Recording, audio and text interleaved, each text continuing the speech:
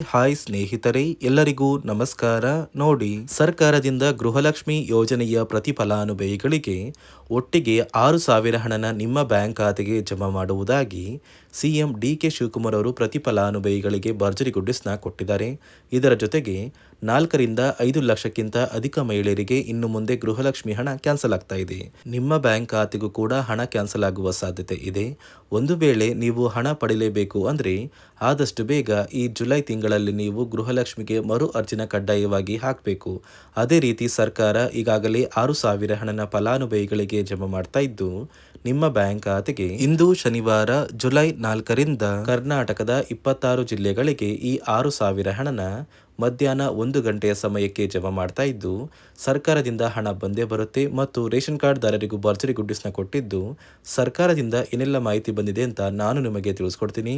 ಅದಕ್ಕಿಂತ ಮೊದಲು ನೀವು ನನ್ನ ಚಾನಲ್ನ ಸಬ್ಸ್ಕ್ರೈಬ್ ಆಗಿಲ್ಲ ಅಂದರೆ ದಯಮಾಡಿ ಪ್ರತಿಯೊಬ್ಬರು ಚಾನಲ್ನ ಸಬ್ಸ್ಕ್ರೈಬ್ ಮಾಡ್ಕೊಳ್ಳಿ, ಹಾಗೆ ವಿಡಿಯೋಗೆ ಒಂದು ಲೈಕ್ನ ಕೊಡಿ. ಹೌದು ವೀಕ್ಷಕರೇ, ಸರ್ಕಾರದಿಂದ ಪ್ರತಿಯೊಂದು ಗೃಹಲಕ್ಷ್ಮಿ ಫಲಾನುಭವಿಗಳಿಗೆ 3 ತಿಂಗಳ 6,000 ಹಣನ ಒಟ್ಟಿಗೆ ಜಮಾ ಮಾಡುವುದಾಗಿ ಭರ್ಜರಿ ಗುಡ್ಡಿಸ್ನ ಕೊಟ್ಟಿದ್ದಾರೆ. ಆದರೆ ಈ ಒಂದು ಹಣ ಸಾಕಷ್ಟು ಫಲಾನುಭವಿಗಳಿಗೆ ಕ್ಯಾನ್ಸಲ್ ಆಗ್ತಾ ಇದೆ. ಯಾಕಂದರೆ ನೀವು ಗೃಹಲಕ್ಷ್ಮಿಗೆ ಮರು ಅರ್ಜಿನ ಹಾಕಿದ್ರೆ ಮಾತ್ರ ಈ 3 ತಿಂಗಳ 6,000 ಹಣ ಬರೋದು. ಸುಮಾರು 4 ಲಕ್ಷಕ್ಕಿಂತ ಅಧಿಕ ಮಹಿಳೆಯರಿಗೆ ಇನ್ನು ಮುಂದೆ ಗೃಹಲಕ್ಷ್ಮಿ ಹಣ ಕ್ಯಾನ್ಸಲ್ ಆಗ್ತಾ ಇದೆ. ನೀವು ಹಣ ಪಡೆಯಲೇಬೇಕು ಅಂದರೆ ಈ ಜುಲೈ ತಿಂಗಳಲ್ಲಿ ನೀವು ಗೃಹಲಕ್ಷ್ಮಿಗೆ ಮರು ಅರ್ಜಿನ ಹಾಕಬೇಕು. ನಿಮ್ಮ ಊರಿಗೆ ಹತ್ತಿರವಿರುವ ಕರ್ನಾಟಕ 1, ಗ್ರಾಮ 1 ಅಥವಾ ಬೆಂಗಳೂರು 1 ಸೇವಾ ಕೇಂದ್ರಕ್ಕೆ ಹೋಗಿ ಗೃಹಲಕ್ಷ್ಮಿಗೆ ಮರು ಅರ್ಜಿನ ಹಾಕೋದು ಕಡ್ಡಾಯ. ಅದೇ ರೀತಿ ಸರ್ಕಾರದಿಂದ ನಿಮ್ಮ ಬ್ಯಾಂಕ್ ಖಾತೆಗೆ ಕಳೆದ ಜೂನ್ ತಿಂಗಳ 32ನೇ ಕಂತು, ಮೇ ತಿಂಗಳ 31ನೇ ಕಂತು ಮತ್ತು ಏಪ್ರಿಲ್ ತಿಂಗಳ ಹಣ ಪೆಂಡಿಂಗ್ ಇದ್ರೆ ಏಪ್ರಿಲ್ ತಿಂಗಳ 30ನೇ ಕಂತಿನ ಹಣ ಕೂಡ ಸರ್ಕಾರ ಜಮಾ ಮಾಡ್ತಾ ಇದ್ದು, ನಿಮ್ಮ ಬ್ಯಾಂಕ್ ಖಾತೆಗೆ ಇಂದು ಶನಿವಾರ ಜುಲೈ 4ರಿಂದ ಕರ್ನಾಟಕದ 26 ಜಿಲ್ಲೆಗಳಿಗೆ ಮಧ್ಯಾಹ್ನ 1 ಗಂಟೆಯ ನಂತರ ಈ 6,000 ಹಣ ಬರ್ತಾ ಇದ್ದು, ಯಾವ ಜಿಲ್ಲೆಗಳಿಗೆ ಹಣ ಬರುತ್ತೆ ಅಂದರೆ ಬೆಂಗಳೂರು ನಗರ, ಬೆಂಗಳೂರು ಗ್ರಾಮಾಂತರ, ರಾಮನಗರ, ಚಿಕ್ಕಬಳ್ಳಾಪುರ, ಚಿತ್ರದುರ್ಗ, ದಾವಣಗೆರೆ, ಕೋಲಾರ, ಶಿವಮೊಗ್ಗ, ತುಮಕೂರು, ಚಾಮರಾಜನಗರ, ಚಿಕ್ಕಮಗಳೂರು, ದಕ್ಷಿಣ ಕನ್ನಡ, ಹಾಸನ, ಕೊಡಗು, ಮಂಡ್ಯ, ಮೈಸೂರು, ಉಡುಪಿ, ಬಾಗಲಕೋಟೆ, ಬೆಳಗಾವಿ, ವಿಜಯಪುರ, ಧಾರವಾಡ, ಗದಗ, ಹಾವೇರಿ, ಉತ್ತರ ಕನ್ನಡ, ಬಳ್ಳಾರಿ, ಬೀದರ್, ಕಲಬುರಗಿ, ಕೊಪ್ಪಳ, ರಾಯಚೂರು, ಯಾದಗಿರಿ, ವಿಜಯನಗರ ಹೀಗೆ ಸರ್ಕಾರ 3 ತಿಂಗಳ 6,000 ಗೃಹಲಕ್ಷ್ಮಿ ಹಣನ ಜಮಾ ಮಾಡ್ತಾ ಇದ್ದು, ನಿಮ್ಮ ಬ್ಯಾಂಕ್ ಖಾತೆಗೆ ಹಣ ಬರಬೇಕು ಅಂದರೆ ನೀವು ಗೃಹಲಕ್ಷ್ಮಿ ಹೊಸ ನಿಯಮಗಳನ್ನ ಪಾಲಿಸಬೇಕು ಮತ್ತು ಗೃಹಲಕ್ಷ್ಮಿಗೆ ಮರು ಅರ್ಜಿನ ಹಾಕಬೇಕಾಗುತ್ತೆ. ಯಾಕಂದರೆ ನಾನು ನಿಮಗೆ ಯಾಕೆ ಈ ಒಂದು ನಿಯಮಗಳನ್ನ ಪಾಲಿಸಬೇಕು ಅಂತ ಕೂಡ ಕಂಪ್ಲೀಟ್ ಆಗಿ ತಿಳಿಸ್ಕೊಡ್ತೀನಿ. ನಿಮ್ಮ ಬ್ಯಾಂಕ್ ಖಾತೆಗೆ ಗೃಹಲಕ್ಷ್ಮಿ ಯೋಜನೆಯ 3 ತಿಂಗಳ 6,000 ಹಣ ಜಮಾ ಆಗಬೇಕು ಅಂದರೆ ನೀವು ಆದಷ್ಟು ಬೇಗ ಗೃಹಲಕ್ಷ್ಮಿಗೆ ಮರು ಅರ್ಜಿನ ಹಾಕೋದು ಕಡ್ಡಾಯ. ಯಾವ ಕಾರಣಕ್ಕೆ ನೀವು ಮರು ಅರ್ಜಿ ಹಾಕಬೇಕು ಅಂತ ಕೂಡ ತಿಳಿಸ್ಕೊಡ್ತಾ ಇದ್ದೀನಿ. ನೋಡಿ ವೀಕ್ಷಕರೇ, ಸುಮಾರು 2ರಿಂದ 3 ಲಕ್ಷಕ್ಕಿಂತ ಅಧಿಕ ಮಹಿಳೆಯರಿಗೆ ಗೃಹಲಕ್ಷ್ಮಿ ಹಣನ ಸರ್ಕಾರ ಕ್ಯಾನ್ಸಲ್ ಮಾಡಿದೆ. ಯಾಕಂದರೆ ಈ 3 ಲಕ್ಷಕ್ಕಿಂತ ಅಧಿಕ ಫಲಾನುಭವಿಗಳ ಬ್ಯಾಂಕ್ ಖಾತೆಗೆ ಪ್ರತಿ ತಿಂಗಳು ಗೃಹಲಕ್ಷ್ಮಿ ಹಣ ಜಮಾ ಆಗ್ತಾ ಇತ್ತು. ಸುಮಾರು ಸಾಕಷ್ಟು ಫಲಾನುಭವಿಗಳು ಮರಣ ಹೊಂದಿದ್ದಾರೆ. ಆ ಮರಣ ಹೊಂದಿರುವ ಫಲಾನುಭವಿಗಳ ಒಂದು ಸಂಖ್ಯೆ 2 ಲಕ್ಷಕ್ಕಿಂತ ಜಾಸ್ತಿ ಇದೆ. ಇದೇ ಕಾರಣಕ್ಕೆ ಪ್ರತಿ ಫಲಾನುಭವಿಗಳು ಗೃಹಲಕ್ಷ್ಮಿಗೆ ಮರು ಅರ್ಜಿನ ಹಾಕಿ ನಿಮ್ಮ ಬ್ಯಾಂಕ್ ಖಾತೆಗೆ ನೀವು ಹಣ ಪಡಿಬೇಕು. ಇಲ್ಲಿ ಮರು ಅರ್ಜಿ ಹಾಕುವ ಮೂಲಕ ಸರ್ಕಾರಕ್ಕೆ ನೀವು ಇನ್ನೂ ಕೂಡ ಗೃಹಲಕ್ಷ್ಮಿ ಹಣನ ಪಡಿತಾ ಇದ್ದೀರಿ ಅಂತ ತಿಳಿದು ಬರುತ್ತೆ. ಮತ್ತು ಯಾರೆಲ್ಲ ಫಲಾನುಭವಿಗಳು ಮರು ಅರ್ಜಿನ ಹಾಕೋಲ್ಲ ಅಂತಹ ಫಲಾನುಭವಿಗಳ ಒಂದು ಹೆಸರನ್ನ ಗೃಹಲಕ್ಷ್ಮಿ ಯೋಜನೆಯ ಅರ್ಹರ ಪಟ್ಟಿಯಿಂದ ಸರ್ಕಾರ ಕ್ಯಾನ್ಸಲ್ ಮಾಡುತ್ತೆ. ಸರ್ಕಾರಕ್ಕೆ 2 ಲಕ್ಷಕ್ಕಿಂತ ಅಧಿಕ ಮಹಿಳೆಯರು ಮರಣ ಹೊಂದಿರೋದು ತಿಳಿದು ಬಂದಿದೆ. ಇದೇ ಕಾರಣಕ್ಕೆ ಈ ಜುಲೈ ತಿಂಗಳಲ್ಲಿ ಸರ್ಕಾರದಿಂದ ನೇಮಕಗೊಂಡಿರುವ ಕೆಲವು ಅಧಿಕಾರಿಗಳು ನಿಮ್ಮ ಮನೆ ಬಾಗಿಲಿಗೆ ಬಂದು ಪ್ರತಿ ಫಲಾನುಭವಿಗಳ ಒಂದು ದಾಖಲಾತಿಗಳನ್ನ ಮರುಪರಿಶೀಲನೆ ಮಾಡಿ ಮತ್ತೆ ಅರ್ಜಿನ ಹಾಕ್ಸ್ಕೊಂಡು ಹೋಗ್ತಾರೆ. ನಂತರ ನಿಮ್ಮ ಬ್ಯಾಂಕ್ ಖಾತೆಗೆ 3 ತಿಂಗಳ 6,000 ಹಣ ಬರುತ್ತೆ.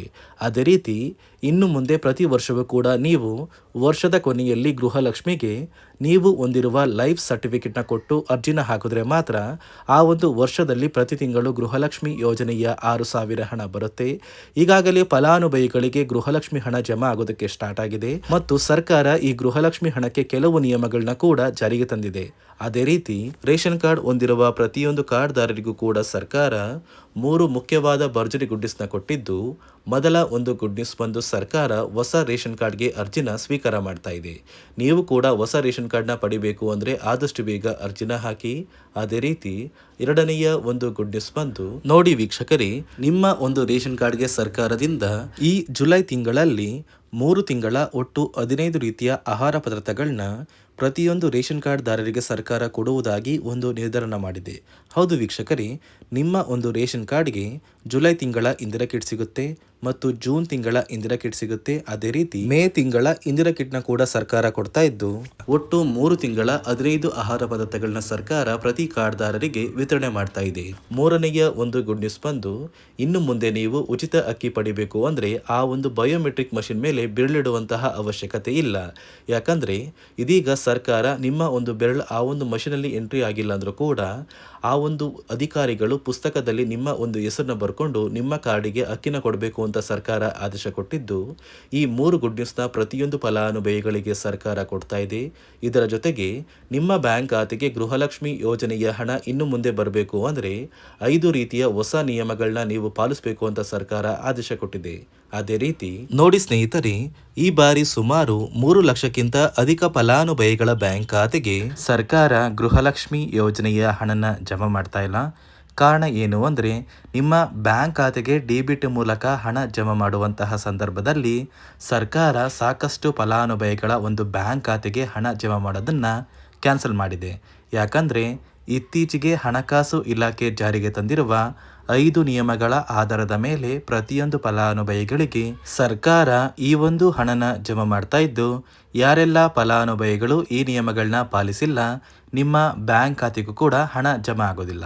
ಹಾಗಾದರೆ ಬನ್ನಿ ಸ್ನೇಹಿತರೆ, ಸರ್ಕಾರ ಜಾರಿಗೆ ತಂದಿರುವ ಆ 5 ಹೊಸ ನಿಯಮಗಳು ಏನು ಅಂತ ನಾನು ನಿಮಗೆ ತಿಳಿಸ್ಕೊಡ್ತಾ ಇದ್ದೀನಿ. ನೋಡಿ ಸ್ನೇಹಿತರೆ, ಮೊದಲನೆಯ ಒಂದು ನಿಯಮ ಬಂದು, ಸಾಕಷ್ಟು ಫಲಾನುಭವಿಗಳು ಹೊಂದಿರುವಂತಹ ಒಂದು ರೇಷನ್ ಕಾರ್ಡ್ ಏನಿದೆ, ಆ ಒಂದು ರೇಷನ್ ಕಾರ್ಡ್ನ ಮನೆಯ ಸದಸ್ಯರ ಪ್ರತಿಯೊಬ್ಬರ ಒಂದು ಆಧಾರ್ ಕಾರ್ಡ್ನ ನಿಮ್ಮ ರೇಷನ್ ಕಾರ್ಡ್ಗೆ ಕಡ್ಡಾಯವಾಗಿ ಲಿಂಕ್ ಮಾಡಿಸ್ಬೇಕು. ಅಂದರೆ ಈ ಒಂದು ಲಿಂಕ್ ಮಾಡಿಸುವಂತಹ ಒಂದು ಪ್ರೊಸೀಜರ್ಗೆ ಸರ್ಕಾರ KYC ಅಂತ ಕರೀತಾರೆ. ನಿಮ್ಮ ರೇಷನ್ ಕಾರ್ಡ್ಗೆ ಇನ್ನೂ ಸಹ KYC ಆಗಿಲ್ಲ ಅಂದರೆ ನಿಮ್ಮ ಬ್ಯಾಂಕ್ ಖಾತೆಗೆ ಸರ್ಕಾರ ಮುಂದಿನ ದಿನಗಳಲ್ಲಿ ಗೃಹಲಕ್ಷ್ಮಿ ಯೋಜನೆಯ ಹಣನ ಕ್ಯಾನ್ಸಲ್ ಮಾಡುತ್ತೆ. ಅದೇ ರೀತಿ ಎರಡನೆಯ ಒಂದು ನಿಯಮ ಬಂದು, ಸಾಕಷ್ಟು ಫಲಾನುಭವಿಗಳು ಕಳೆದ 3 ತಿಂಗಳಿಂದ ಸರ್ಕಾರದಿಂದ ಬರ್ತಾ ಇರುವಂತಹ ಒಂದು ರೇಷನ್ ಏನಿದೆ, ಅಂದರೆ ಉಚಿತ ಅಕ್ಕಿ ಏನಿದೆ, ಈ ಒಂದು ರೇಷನ್ನ ಪಡ್ಕೋತಾ ಇಲ್ಲ. ಒಂದು ವೇಳೆ ಕಳೆದ 3 ತಿಂಗಳಿಂದ ನೀವು ರೇಷನ್ನ ಪಡ್ಕೊಂಡಿಲ್ಲ ಅಂದರೆ ಸರ್ಕಾರ ನಿಮ್ಮ ಬಳಿ ಇರುವಂತಹ ಒಂದು ರೇಷನ್ ಕಾರ್ಡ್ನ ಕ್ಯಾನ್ಸಲ್ ಮಾಡುತ್ತೆ. ನಿಮ್ಮ ರೇಷನ್ ಕಾರ್ಡ್ನ ಸರ್ಕಾರ ಕ್ಯಾನ್ಸಲ್ ಮಾಡಿದರೆ ನಿಮ್ಮ ಬ್ಯಾಂಕ್ ಖಾತೆಗೆ ಗೃಹಲಕ್ಷ್ಮಿ ಯೋಜನೆಯ ಹಣ ಇರ್ಬೋದು ಮತ್ತು ಸರ್ಕಾರದಿಂದ ಬರುವಂತಹ ಒಂದು ಸೌಲಭ್ಯಗಳನ್ನ ನೀವು ಕಳ್ಕೋಬೇಕಾಗುತ್ತೆ. ಅದೇ ರೀತಿ ಮೂರನೆಯ ಒಂದು ನಿಯಮ ಬಂದು, ನೋಡಿ ಸ್ನೇಹಿತರೆ, ನಿಮ್ಮ ಬಳಿ ಇರುವಂತಹ ಒಂದು ಆಧಾರ್ ಕಾರ್ಡ್ ಏನಿದೆ, ಆ ಒಂದು ಆಧಾರ್ ಕಾರ್ಡ್ನ ಕಳೆದ 15 ವರ್ಷಗಳಲ್ಲಿ ನೀವು ಯಾವುದೇ ರೀತಿಯ ಒಂದು ತಿದ್ದುಪಡಿನ ಮಾಡಿಸಿಲ್ಲ ಅಂದರೆ ನಿಮ್ಮ ಬ್ಯಾಂಕ್ ಖಾತೆಗೆ ಸರ್ಕಾರ ಗೃಹಲಕ್ಷ್ಮಿ ಯೋಜನೆಯ ಹಣನ ಕ್ಯಾನ್ಸಲ್ ಮಾಡುತ್ತೆ. ಯಾಕಂದರೆ ಸರ್ಕಾರದಿಂದ ಬಂದಿರುವಂತಹ ಒಂದು ಆದೇಶದ ಪ್ರಕಾರ ಪ್ರತಿಯೊಂದು ಫಲಾನುಭವಿಗಳು ಕಳೆದ 15 ವರ್ಷಗಳಲ್ಲಿ ಯಾವುದೇ ರೀತಿಯ ಒಂದು ತಿದ್ದುಪಡಿನ ನಿಮ್ಮ ಆಧಾರ್ ಕಾರ್ಡ್ಗೆ ನೀವು ಮಾಡಿಸಿಲ್ಲ ಅಂದರೆ ಕಡ್ಡಾಯವಾಗಿ ಆದಷ್ಟು ಬೇಗ ನಿಮ್ಮ ಆಧಾರ್ ಕಾರ್ಡ್ಗೆ ತಿದ್ದುಪಡಿನ ಮಾಡಿಸಿ. ಅದೇ ರೀತಿ ನಾಲ್ಕನೆಯ ಒಂದು ನಿಯಮ ಬಂದು, ನಿಮ್ಮ ಕುಟುಂಬದ ಒಂದು ವಾರ್ಷಿಕ ಆದಾಯ 7 ಲಕ್ಷಕ್ಕಿಂತ ಕಡಿಮೆ ಇರಬೇಕು. ಒಂದು ವೇಳೆ ನಿಮ್ಮ ಕುಟುಂಬದ ವಾರ್ಷಿಕ ಆದಾಯ 7 ಲಕ್ಷಕ್ಕಿಂತ ಜಾಸ್ತಿ ಇದ್ದರೆ ನಿಮ್ಮ ಬ್ಯಾಂಕ್ ಖಾತೆಗೆ ಸರ್ಕಾರ ಗೃಹಲಕ್ಷ್ಮಿ ಯೋಜನೆಯ ಹಣನ ಕ್ಯಾನ್ಸಲ್ ಮಾಡುತ್ತೆ. ಅದೇ ರೀತಿ ಐದನೆಯ ಒಂದು ನಿಯಮ ಬಂದು, ನಿಮ್ಮ ಕುಟುಂಬದ ಸದಸ್ಯರು ಅಥವಾ ಗೃಹಲಕ್ಷ್ಮಿ ಯೋಜನೆಯ ಫಲಾನುಭವಿಗಳು ಯಾರು ಕೂಡ ಸರ್ಕಾರಿ ನೌಕರರಾಗಿ ಕಾರ್ಯನಿರ್ವಹಿಸ್ತಾ ಇರಬಾರ್ದು. ಒಂದು ವೇಳೆ ನಿಮ್ಮ ಕುಟುಂಬದಲ್ಲಿ ಯಾರೇ ಆಗಿದ್ರೂ ಸರ್ಕಾರಿ ನೌಕರರಾಗಿ ಕಾರ್ಯನಿರ್ವಹಿಸ್ತಾ ಇದ್ದರೆ ನಿಮ್ಮ ಬ್ಯಾಂಕ್ ಖಾತೆಗೆ ಗೃಹಲಕ್ಷ್ಮಿ ಯೋಜನೆಯ ಹಣ ಕ್ಯಾನ್ಸಲ್ ಆಗುತ್ತೆ. ಈ 5 ನಿಯಮಗಳ ಆಧಾರದ ಮೇಲೆ ಪ್ರತಿಯೊಂದು ಫಲಾನುಭವಿಗಳಿಗೆ ಸರ್ಕಾರ ಹಣ ಜಮಾ ಮಾಡ್ತಾ ಇದೆ.